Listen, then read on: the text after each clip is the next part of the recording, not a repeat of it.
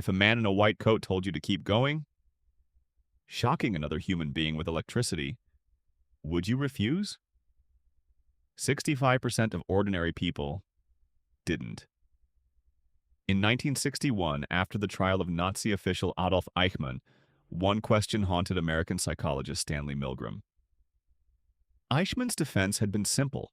He was just following orders. Milgram wanted to know, could ordinary people, not monsters, commit terrible acts simply because someone in authority told them to? He decided to test it in a laboratory at Yale University. He recruited everyday volunteers through a newspaper ad. Teachers, engineers, postal workers, people just like you and me. He told them the study was about learning and memory, nothing more. Each volunteer was assigned the role of teacher and stood before a machine lined with switches, labeled from 15 volts all the way up to 450 volts, marked with warnings like danger, severe shock. In the next room, another person, secretly an actor working with Milgram, played the role of learner, strapped into a chair with electrodes attached to his arm. The volunteer was told to deliver a shock every time the learner answered a question incorrectly. And with every wrong answer, the voltage climbed higher. At first, the shocks were mild. The learner grunted, barely reacting. Then he began to groan. Then he pounded on the wall, begging them to stop. Then, silence.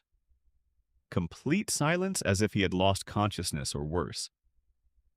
Meanwhile, the volunteer stood there, trembling, sweating, turning to the man in the white coat and asking, "Should I keep going?" And the experimenter, in a calm, steady voice, would simply repeat one line. The experiment requires that you continue. Most people hesitated deeply. They sweated. Some laughed nervously, a reaction born purely of unbearable stress, not amusement. Some argued, pushed back, insisted they wanted to stop. But in the end, 65% of them went all the way to the final switch, 450 volts, even while fully believing the man on the other side of the wall might be seriously hurt or dead. One critical detail: no one was actually shocked at any point. The screams, the pounding, the silence, all staged. But the volunteers had no way of knowing that. As far as they understood, it was real. Why did this happen? Not because these people were cruel or heartless. The phenomenon has a name: obedience to authority. When someone appears to hold legitimate authority or expertise, we tend to hand over the moral responsibility for our actions to them. We quietly tell ourselves, they're responsible, not me. I'm just doing what I was told. That exact same logic has been used to explain how ordinary officials, working within oppressive systems throughout history, participated in atrocities. Not because they were inherently evil, but because someone above them said, "Continue," and they never stopped to ask why. Milgram ran the experiment dozens of times, changing small variables, moving the learner closer, changing the setting, changing who gave the orders. And the pattern held again and again. It wasn't about one broken individual. It was about a situation powerful enough to override a person's own conscience.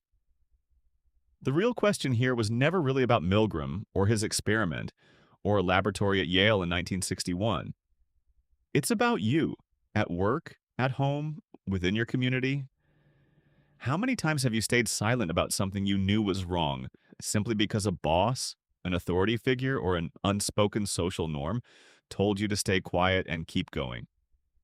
Milgram died convinced that all of us are capable of that same moment, that under the right pressure, in the right room, with the right voice telling us to continue, obedience can quietly override everything we believe about ourselves. So the real question isn't whether you're a good person or a bad one. The question is whether you'll actually notice the moment you hand your conscience over to someone else,